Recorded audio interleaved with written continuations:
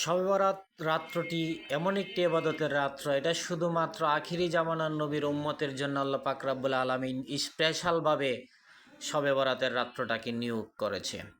আখিরি জামানার নবী যেমন সকল নবীউল আম্বিয়া, সকল নবীগণের নবী, আল্লাহর নবী, ঠিক নবীজি যেমনভাবে সৃষ্টির সেরা নবী, ঠিক তেমনভাবে সৃষ্টির মধ্যে যত দিন আছে, রাত্র আছে, সবচাইতে এই শবে বরাতের রাত্রটা অনেক ফজিলতময় রাত্র। যে রাত্র ইবাদত করলে আল্লাহর সান্নিধ্য লাভ করা যায়, যে রাত্রে ইবাদত করলে আমার নবীর দিদার পাওয়া যায়, যে রাত্রে ইবাদত বন্দিগি করলে আল্লাহ খুশি হয়ে যায়, তার নবী খুশি হয়ে যায়।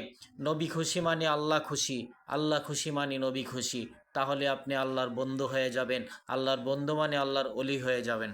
তাই এই রাত্রটাকে ভুল করেও ঘুমাবেন না। সমস্ত রাত্র এবাদত বন্দিগি করে ফজরের নামাজ আদায় করে তারপরে ঘুমানো যাবেন, এর আগে ঘুমাবেন না। ফজরের নামাজ পরে ঘুমাবেন। আমিন।